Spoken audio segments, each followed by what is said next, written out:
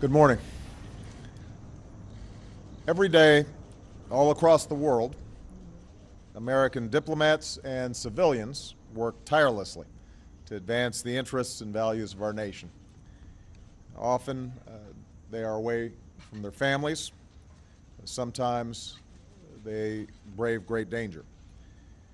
Yesterday, 4 of these extraordinary Americans were killed in an attack on our diplomatic post in Benghazi. Among those killed was our ambassador, Chris Stevens, as well as Foreign Service Officer Sean Smith.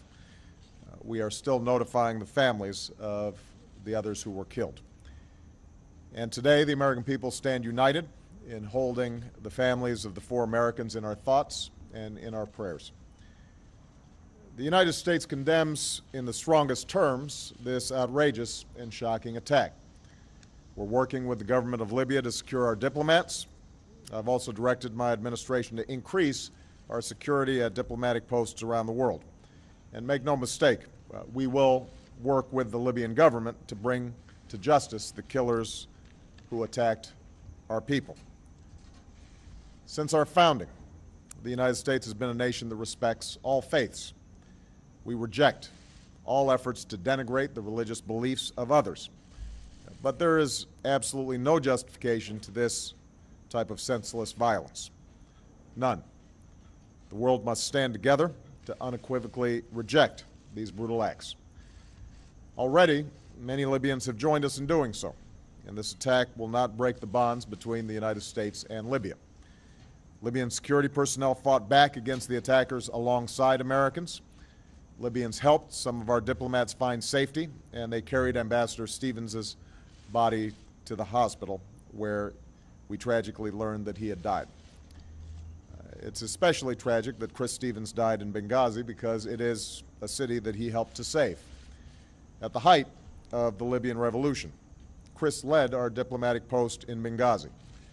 With characteristic skill, courage, and resolve, he built partnerships with Libyan revolutionaries and helped them as they planned to build a new Libya.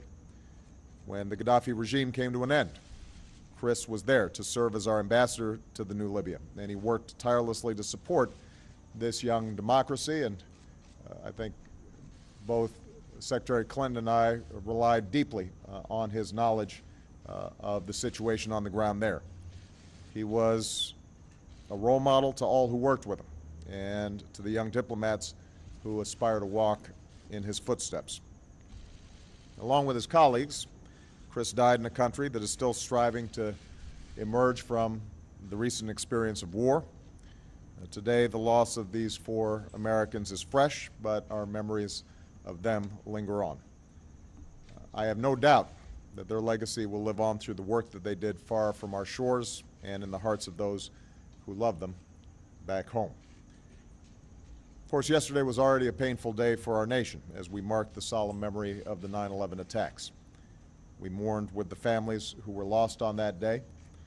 I visited the graves of troops who made the ultimate sacrifice in Iraq and Afghanistan at the hallowed grounds of Arlington Cemetery and had the opportunity to say thank you and visit some of our wounded warriors at Walter Reed. And then last night, we learned the news of this attack in Benghazi. As Americans, let us never, ever forget that our freedom is only sustained because there are people who are willing to fight for it, to stand up for it, and in some cases, lay down their lives for it. Our country is only as strong as the character of our people and the service of those, both civilian and military, who represent us around the globe. No acts of terror will ever shake the resolve of this great nation, alter that character, or eclipse the light of the values that we stand for. Today, we mourn for more Americans who represent the very best of the United States of America.